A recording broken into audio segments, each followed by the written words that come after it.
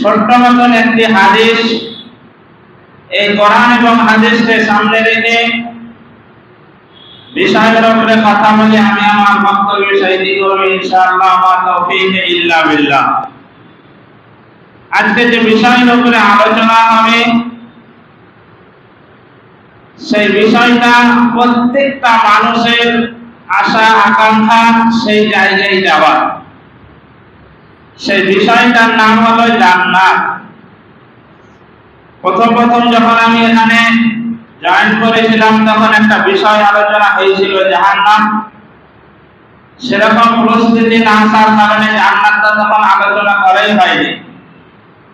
আলোচনা এতদিন যা চলেছে শাস্তি সম্পর্কে আলোচনা চলেছে, যে মরার পরে কি হবে, কি শাস্তি হবে, কবরে কি শাস্তি হবে, আখিরাতে কি হবে, জাহান্নামে কি শাস্তি হবে, এই সম্পর্কে আলোচনা চলেছে। আমি আজকে থেকে নিয়াত করলাম অন্তত ৫-৭ জুমা চলবে শুধু জান্নাতের বর্ণনা। আল্লাহ এই জান্নাত প্রত্যেকটা মানুষ আমরা যেতে চাই, সে হিন্দু হোক, মুসলিম হোক, জৈন হোক, খ্রিস্টান হোক, যেই হোক না কেন। হিন্দুদেরকে আপনি জিজ্ঞেস করবেন যে মরার পরে তুমি কোথায় যাবে, বলছে আমি স্বর্গে যাব, তারা স্বর্গ বলে। আর মুসলমানকে যদি বলা হয় মরার পরে তোমার যাওয়ার কোন জায়গায় ইচ্ছা, সে এক বাক্যে বলবে যে আমি জান্নাতে যাব।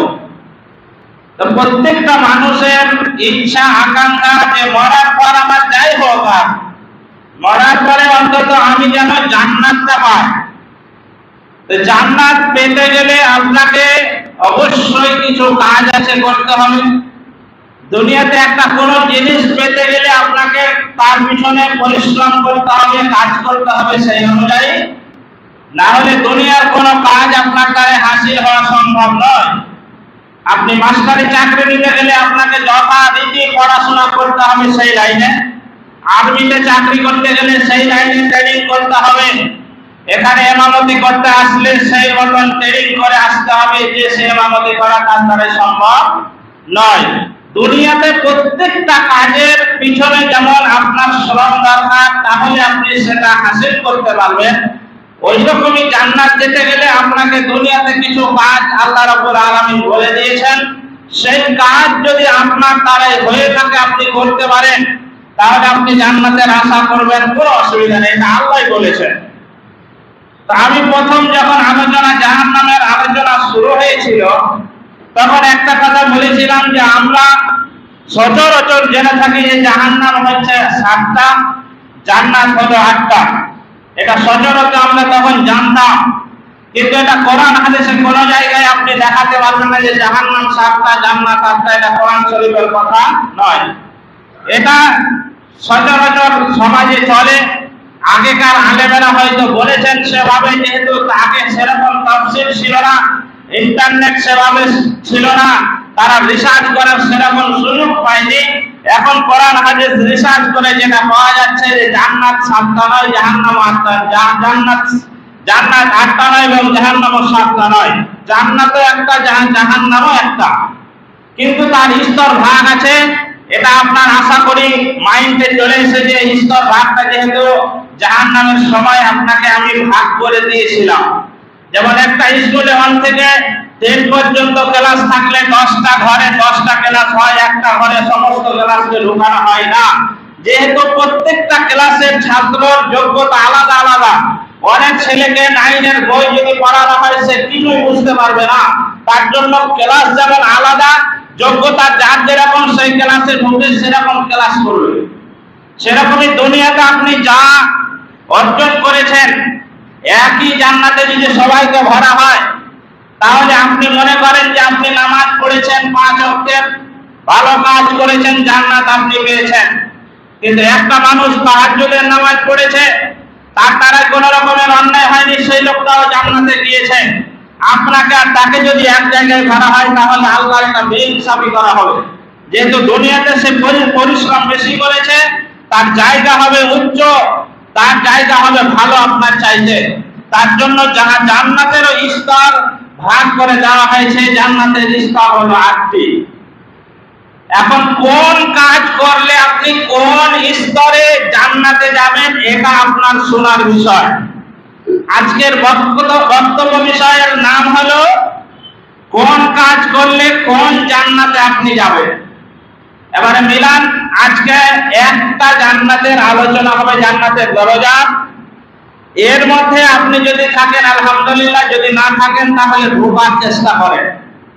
জান্নাত যেহেতু আপনি আশা করে বসে আছেন, নামাজ না পড়েও জান্নাতের আশা করছেন, কিন্তু আল্লাহ একবার স্পষ্ট ভাবে, যারা বাংলা লেখাপড়া করতে জানেন, আপনাকে রেফারেন্স দিয়ে আমি বলে দিচ্ছি, সূরা মুমিনুন 1 নম্বর থেকে 11 নম্বর আয়াত আপনি বাড়িতে খুলে দেখবেন, বাংলা কোরআনে এভাবেই লেখা আছে যেভাবে আমি আপনাকে বলতে চলেছি। তাহলে আমাদের শোনার বিষয় হলো যে জান্নাত যেতে গেলে কি করণীয়। প্রথম নম্বর, জান্নাতের দরজার নাম হলো জান্নাতুল ফিরদাউস। এটা সচরাচর আমরা অনেকেই জানি। আল্লাহর কাছে যদি জান্নাত কামনা করেন, আল্লাহ রাসূল সাল্লাল্লাহু আলাইহি সাল্লাম বলেছেন, সাহাবারা জান্নাত কামনা করলে তোমরা জান্নাতুল ফিরদাউস কামনা করো, যেহেতু জান্নাতের মধ্যে সর্বস্থান সর্বোচ্চ মাকাম হবে জান্নাতুল ফিরদাউস। এই জান্নাতের উপরে আর কোনো জান্নাত নেই। এখানে যা ফ্যাসিলিটি আছে অন্য জান্নাতে নেই। তাই আল্লাহ রাসূল বলেছেন, যখন জান্নাত আল্লাহর কাছে কামনা করবে তখন জান্নাতুল ফিরদাউস তুমি কামনা করো। এই জান্নাতুল ফিরদাউসে যেতে গেলে আপনার ভিতরে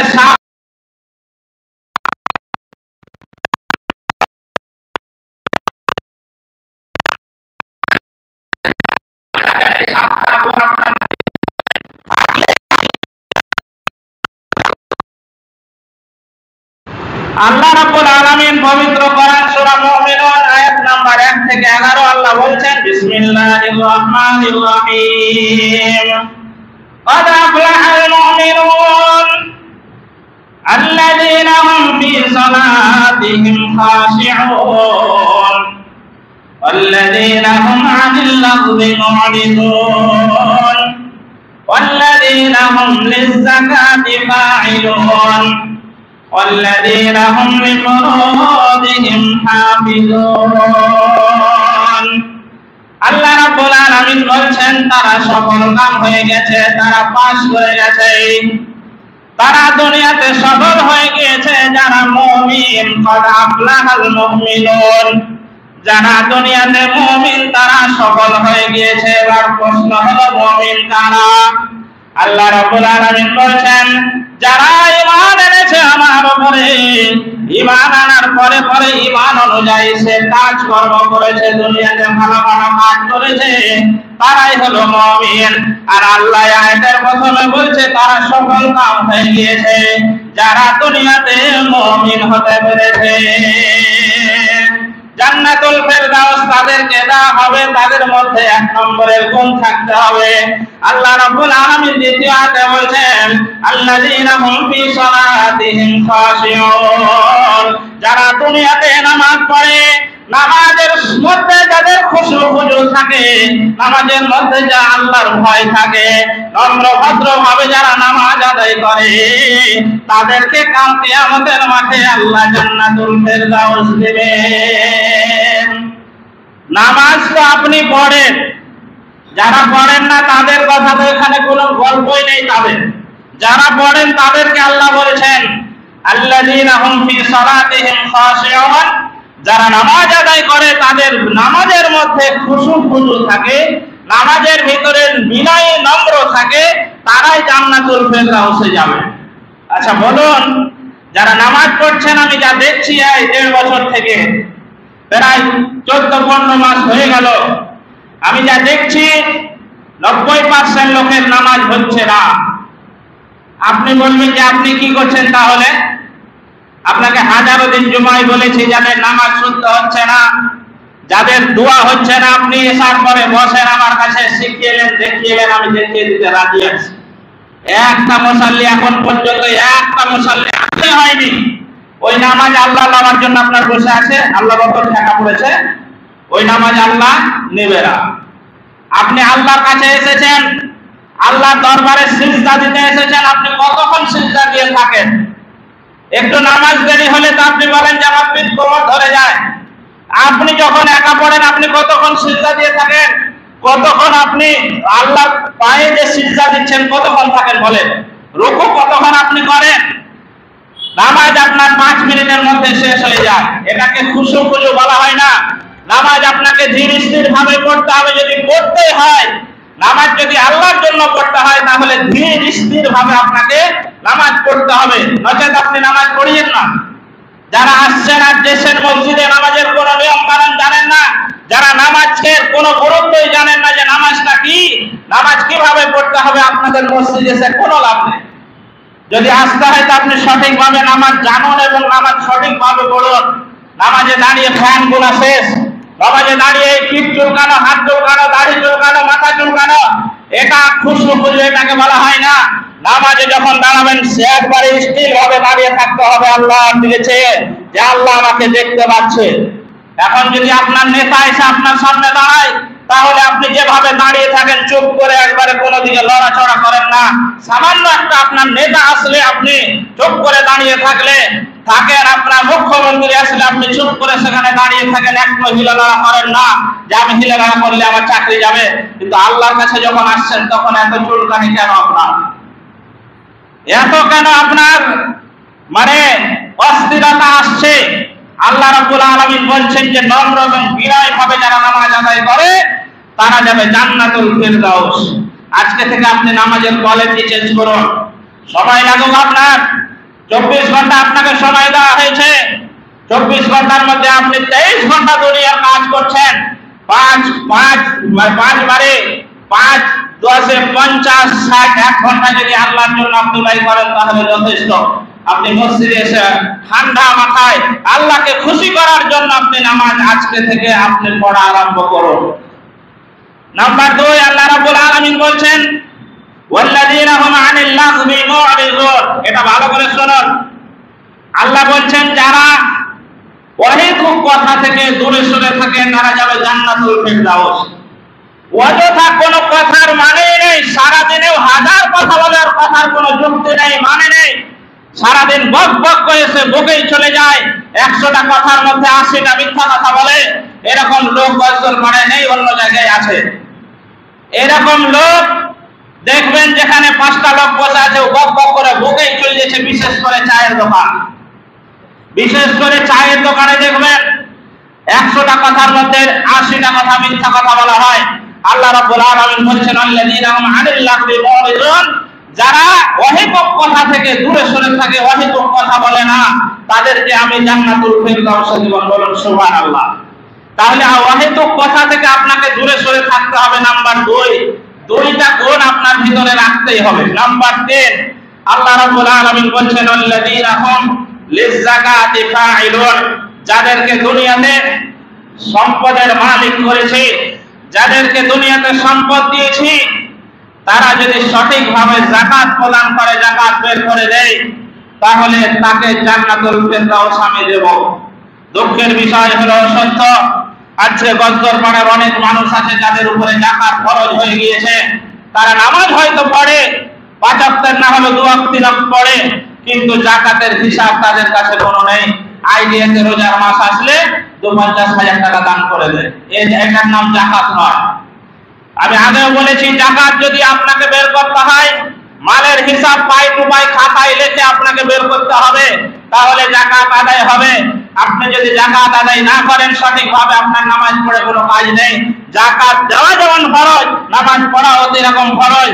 নামাজ পড়া যেরকম ফরজ, যাকাত দেওয়া সেরকম ফরজ। অতএব আপনি যাকাত দেননি, নামাজ পড়ে আপনার লাভ কি? কোনো লাভ নেই। যারা যাকাত প্রদান করেন না, যাকাত হিসাব করে বের করেন না, তাদেরকে আমি আল্লাহ রাসূলের একটি হাদিস শোনাচ্ছি। আল্লাহ রাসূল বলেছেন যারা দুনিয়াতে সম্পদের মালিক হওয়ার পরেও, নিসাব পরিমাণ সম্পদ থাকার পরেও যারা যাকাত প্রদান করেনি, যাকাত বের করেনি, তাদের কাল কিয়ামতের মাঠে ওই মালকে সাপ বানানো হবে, বিষাক্ত সাপ। আর ওই সাপ তাদেরকে ছোবল দিতে থাকবে এবং সে বলতে থাকবে আনা মাল, আমি সেই মাল, তোমার দুনিয়ার মাল, যেই মাল থেকে তুমি যাকাত বের করনি। গজবর পাড়ার যারা পয়সাওয়ালা লোক আছেন, যারা মানে যাদের কাছে অর্থ সম্পদ, যাকাত নিসাব পরিমাণ আপনার কাছে আছে, আপনাকে অনুরোধ করছি আপনি যাকাতের হিসাব বের করেন। বাঁচতে গেলে আপনাকে যাকাত বের করতে হবে, নচেত আপনার কোন রকমের ইবাদত কবুল হবে না।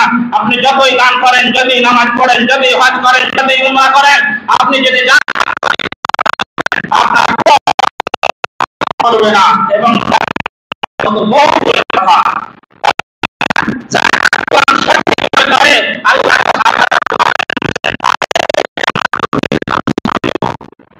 নাম্বার আল্লাহ রাব্বুল আলামিন বলছেন আল্লাযীনা হুম লিফুরুজিহিম হাফিজুন, যারা নিজের লজ্জা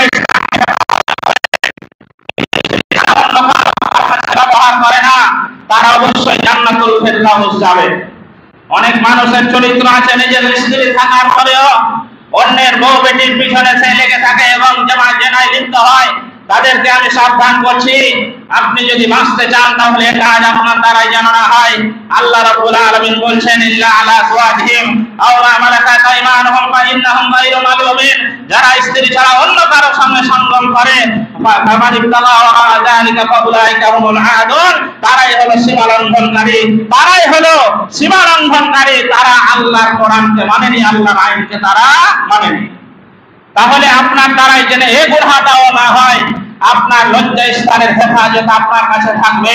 আপনার স্ত্রী ছাড়া লজ্জা স্থান কেউ ব্যবহার করতে যেন না পারে, কোনো জায়গায় যেন ব্যবহার না হয়, এটা আপনাকে লক্ষ্য রাখতে হবে। নাম্বার 6 আল্লাহ রাব্বুল আলামিন বলছেন আল্লাযীনা হুম লিআমানাতিহিম ওয়া আহদিহিম রাউন, যারা জান্নাতুল ফিরদাউস পেতে চায় তারা যেন আমানতের খেয়ানত না করে। আমানত শুধুমাত্র কোনো মাল রাখলে সেটাই আমানত হয় না, কথার আমানত হয়। অনেক সময় বলা হয় ভাই এটা আপনাকে বললাম, কাউকে আপনি বলিয়েন না, তারপরেও আপনি অন্য কাউকে বলে দেন। এমন পার্সোনাল জিনিস আপনাকে আমি বললাম যে ভাই আমাকে না বললেও চলে না, আপনাকে পার্সোনাল ভাবে এটা আমি জানালাম, কাউকে আপনি জানেন না। এরকম মানুষ দেখা যায় সেই কথাটা আগে অন্য মানুষকে বলে দেয়। তা এটা আমানতের খেয়ানত। আমানতের খেয়ানত যদি আপনার ভিতরে থাকে আপনি জান্নাতুল ফেরদাউস পাবেন না। আমানত আপনার কাছে কোনো মানুষ গচ্ছিত সম্পদ রেখে গেছে যে আপনি আপনার কাছে রাখলাম, অমুক টাইম আমাকে দিয়েন, সেই টাকা দিয়ে আপনি ব্যবসা করছেন। টাইমে গেছে চাইতে বলছে এখন দিতে পারবেন, এক মাস পর আসিও। এটা আমানতের খেয়ানত, এটা আপনার করা হবে না। যদি করেন, আপনার ভিতরে যদি এটা থাকে তাহলে এই হিসাব কিয়ামতের মাঠে আপনি জান্নাতুল ফেরদাউস পাবেন না। মাশাআল্লাহ, এখানে আমি যতটুকু দেখেছি মসজিদের যেগুলো সম্পদ আছে, টাকা পয়সা আছে, এটা ব্যাংকে জমা থাকে, তা আলহামদুলিল্লাহ কারো কাছে থাকে না। অন্যান্য জায়গায় দেখেছি মসজিদের ক্যাশ দিয়ে সে ব্যবসা করছে। তবে বলছে হিসাবটা শোনাও জনগণ, বলছে হিসাব এখন দিতে পারবো না 3 মাস পর। কেন 3 মাস পর হিসাব নেবে? তোমাকে তো টাকা দিয়েছে, এটা জনগণ আমানত স্বরূপ। তাহলে তুমি ব্যবসাতে খাটালে, তুমি অন্য কাউকে ধার দিয়ে দিলে মানে কেন? তুমি দিয়ে দিলে এটা তোমার কাছে বৈধ রাখবে কিয়ামতের মাঠে, এটা আমানতের খেয়ানত। আর একটা বড় আমানতের খেয়ানত যেটা আমাদের সমাজে চলে, সবচাইতে বেশি যারা আমানতের খেয়ানত করে তারা হলো নেতা টাইপের লোক। যারা ভোটের আগে দেখবেন তাকে আপনাকে হাজারো রকমের প্রতিশ্রুতি দেয় যে তোমার ঘর করে দেব, তোমার টিওয়াল করে দেব, তোমার এই রাস্তাটা করে দেব, তোমার অমুক করে দেব, তোমার বৃদ্ধ ভাতা করে দেব, পেনশন করে দেব, বিভিন্ন রকমের প্রলোভন দেয় না। এখানে তো কোন নেতার বক্তব্য আমি শুনিনি, এখানে নেতার বক্তব্য হয় না। অন্যান্য জায়গায় দেখেছি হাইরে বড় বড় বাতলি, ভোটের আগে সেই করে দেব, সেই করে দেব, ভোটের পরে ওকে খুঁজে পাওয়া যায় না, হার গেলে খুঁজে। ভোটের পরে সে একটাও তার প্রতিশ্রুতি সে পালন করেনি। সে যে আমানত, আমরা যে তাকে ভোট দিয়ে নির্বাচন করেছি, ভোটটা আমানত নয়। আমরা ভোট দিয়ে তাকে নির্বাচন করার কারণ হলো যে সে আমাদের দুঃখের কথাগুলো সেখানে বলে আমাদের কিছু জিনিস পাইয়ে দিবে, আমাদের সুবিধা করে দেবে। তার জন্য আমানত স্বরূপ তাকে ভোট দিয়ে পাস করে আমরা সেই জায়গায় রেখেছি। আর সে ভোট পেয়ে আজকে এলাকাতে কোনো খবর নেই না, জনগণের কোনো খবর নেই না।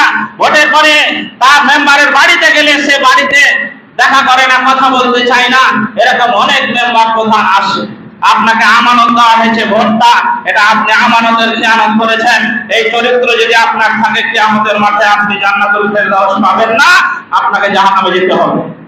আল্লাহ রাব্বুল আলামিন 7 নম্বরে বলছেন ওয়াল্লাযীনা হুম আলা সালাওয়াতিহিম ইউহাফিজুন, যারা দুনিয়াতে সালাত টাইম মতো পড়ে, যত্ন সহকারে যারা সালাত কায়েম করে। অনেক মানুষ আছে সালাত পড়ে কিন্তু তাদের টাইম টেবিলের কোনো গুরুত্ব থাকে না। যারা সালাতের টাইম টেবিল গুরুত্ব রাখেন না তাদের সালাত আল্লাহ দেবেন না। আল্লাহ এখানে বলছেন যারা যত্ন সহকারে, মনোযোগ সহকারে এবং যত্ন সহকারে আমার নামাজকে পড়ে টাইম বাই টাইম, জামাতে এসে পড়ে, কোন সময় এক একবার ছুটে গেলে আলাদা কথা, কিন্তু জামাতকে সে গুরুত্ব দিয়ে যারা নামাজকে আমার করে ধরে থাকে তারা জান্নাতুল ফিরদাউস যাবে।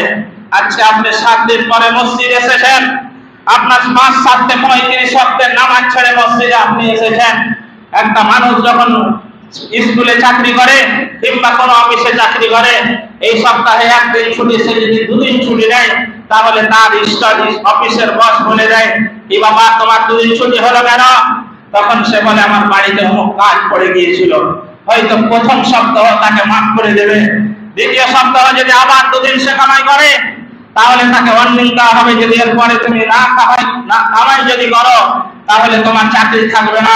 তৃতীয় সপ্তাহে যদি আবার সেই ঘটনা হয়, দিয়ে দেওয়া হবে। দিবে না? আপনি রাখবেন? আপনি রাখবেন? আমি আবার বাস্তবতা বলছি, রমজান থেকে নিয়ে এখন পর্যন্ত এই মসজিদে মাত্র 2 দিন আমার ছুটি আছে। রমজান থেকে এখন পর্যন্ত, রমজানের 1 মাস, আর এই রমজান থেকে কুরবানি পর্যন্ত 2.5 মাস, 3.5 মাসে আমার 2 থেকে 3 দিন ছুটি আছে। হয়তো অনেক মানুষ এটাকে লক্ষ্য রাখেন না, কুরবানির ঈদ গেল তাও বাড়ি যায়নি, রোজা দিতেও বাড়ি যায়নি। তাহলে এই 3.5 মাস ডিউটি করেছি একাধারে, 5 দিন করে যদি আমার ছুটি হয় তো 5 দিন পাচ্ছে 15 দিন, আর ওইদিকে হচ্ছে 2 দিন ধরলেও 17 দিন আমার ডিউটি আমি ছুটি পাবো। 17 দিন যদি আমার ডিউটি ছুটি হয়, 5-17 কত হয় আপনি হিসাব করেন। 5-17 কত অর্থের আমার ছুটি আছে, কিন্তু আমি নিচ্ছি না। পরিবার যেহেতু এখানে থাকে, তারপরেও সামান্য কিছু আপনারা বেতন দেন। কোন সময় কোন কারণবশত যদি না আসতে পারি মসজিদে জামাতে, তাহলে কথা হয় যে মৌলভী সাহেব নামাজে আসে না। এটা স্বাভাবিক কথা। আপনি যেহেতু আপনি আমাকে বেতন দেন, হয়তো কোনো সময় শরীর খারাপের কারণে আসতে পারেনি, হয়তো কোনো সময় ঘুম ভাঙেনি, যেহেতু আমি মানুষ, আমি ফেরেশতা নয়। তারপরেও এত ডিউটি করার পরেও একা কামাই হলে কথা হয় মৌলভী সাহেব নামাজে আসে না। তাহলে আপনি সামান্য বেতন দিয়ে যদি আমাকে এই কথা আপনি বলেন, তাহলে যে আল্লাহ আপনাকে প্রতিদিন 16 কেজি করে অক্সিজেন দিচ্ছে, যে আল্লাহ প্রতিদিন সূর্যের তাপ আপনাকে দিচ্ছে, যে আল্লাহর অনুদানে আপনি চলাফেরা করছেন, আপনার হাত চলছে, আপনার কিডনি চলাফেরা করছে, এখনো আপনার শ্বাস প্রশ্বাস নিতে পারছেন, যে আল্লাহর দয়ায়, সেই আল্লাহকে আপনি 35 ওয়াক্তের নামাজ ফাঁকি দিয়ে আজকে একদিন জুমার নামাজে এসেছেন। মানুষের মতো যদি আল্লাহ হতো, আপনার আমার মতন যদি আল্লাহ হতো, তাহলে যেদিন শুক্রবারে ঢুকেছিলেন মসজিদে, ফেরেশতাদেরকে দিয়ে খাপ করে মানে মসজিদে বাঁধতে দিত আপনাকে, দিত না? দিত না? এটা কথা ভুল বলছি? কিন্তু আল্লাহ আপনাকে খাপ করে মেরে বের করেনি। সামান্য কিছু বেতন দিয়ে যদি এত কথা আপনাকে বলতে লাগে, তাহলে আপনি তৈরি থাকুন, কিয়ামতের মাঠে আপনি যে নামাজ সঠিকভাবে পড়েননি, নামাজের কোনো গুরুত্ব ছিল না আপনার কাছে, কিয়ামতের মাঠে আপনিও তৈরি থাকুন এই হিসাব দেওয়ার জন্য। আমি মনে করি যখন প্রথম কি দ্বিতীয় জুমাতে একটা কথা বলেছিলাম শুরুতে, যে মৌলভী সাহেবের ব্যাপারে যত খবর কিছু মুসল্লি রাখে, এই খবরটা যদি নিজের পরিবারের ব্যাপারে রাখতো, তাহলে সমাজ আজকে এই অবস্থা থাকতো না, প্রত্যেকটা পরিবার নামাজি হয়ে যেত, হতো না? নিজের পরিবারের কোনো খবর আমি আপনাকে আগেই বলেছি, যা প্রশ্ন করা হবে না যে তোমার ইমাম কয়দিন ডিউটি করেছে, কয়েক করেন, এটা প্রশ্ন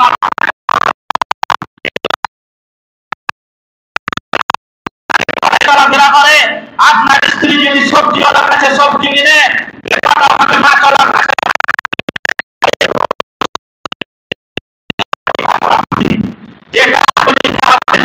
যেটা পড়াশোনা করুন, যে পরীক্ষায় যেটা যে সাবজেক্ট আপনার পরীক্ষায় আসবে না, সে সাবজেক্টে যদি কোনো ছাত্র পড়াশোনা করে, সেই ছাত্র পাগল এবং পাগল।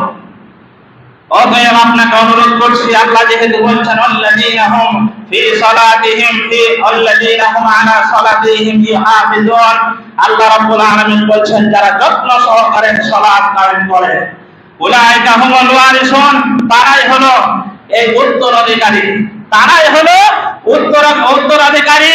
কিসের উত্তরাধিকারী? আল্লাযীনা ইয়ারসুনাল ফিরদাউসা হুম ফিহা খালিদুন, এরা হলো জান্নাতুল ফিরদাউসের উত্তরাধিকারী, তারা চিরকাল সেখানে বসবাস করবে। আমি আপনাকে শুধুমাত্র তর্জমাটা শোনালাম, টাইম শেষ হয়ে গেল।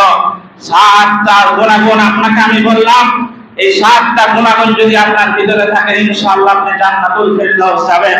এক নম্বরে যা নামাজের সময় আপনাকে খুশু থাকতে হবে, রুকু সিজদা ভালো করে করতে হবে, ধীর স্থির ভাবে করতে হবে। নাম্বার 2, আপনার দ্বারাই যেন কোনো ফাহিশা গল্প গুজব করবেন না, অযথা কোনো কথা আপনি বলবেন না, যেখানে আপনি বসে থাকুন না কেন চুপ থাকবেন আপনি। নাম্বার 3, আল্লাহ রাব্বুল আলামিন বলছেন আপনার যদি সমর্থ থাকে, আপনার যদি নিসাব পরিমাণে মাল থাকে তাহলে আপনি যাকাত দেবেন। নাম্বার 4, আপনি লজ্জা স্থানের হেফাজত করবেন। নাম্বার 5, আপনি আপনার স্ত্রী ছাড়া কোনো জায়গায় নিজের লজ্জা স্থান ব্যবহার করবেন না। নাম্বার 7, আমানতের খেয়ানত করবেন না। নাম্বার 7, আমানতের খেয়ানত করবেন না এবং নামাজ আপনি যথা সময়ে পড়ার চেষ্টা করবেন। এই 7টা যদি গুণাগুণ আপনার ভিতরে থাকে, আল্লাহ রাব্বুল আলামিন ঘোষণা করছেন যে এরা জান্নাতুল ফেরদাউসের অধিকারী। আল্লাহর কাছে শেষের সময় দোয়া করি, আল্লাহ যেন আমাদেরকে জান্নাতুল ফেরদাউস দান করেন। সকলে বলুন আল্লাহুম্মা আমিন। আল্লাহ রাব্বুল আলামিনের কাছে দোয়া করি, যারা অসুস্থ অবস্থায় আছে আল্লাহ তুমি তাদেরকে সুস্থতা দান করো। সকলে বলুন আল্লাহুম্মা আমিন। আল্লাহ যারা কবরস্থ হয়ে গিয়েছে, তার বাবা, তার মা, দাদা, দাদি, আত্মীয় স্বজন, আল্লাহ তাদের কিছু করার নেই, আমাদের দোয়া ছাড়াও আমাদের কিছু করার নেই, তাদের জন্য দোয়া করছি। আল্লাহ তুমি তাদের কবরকে নূরে মানবর করে দাও। সকলে বলুন আল্লাহুম্মা আমিন।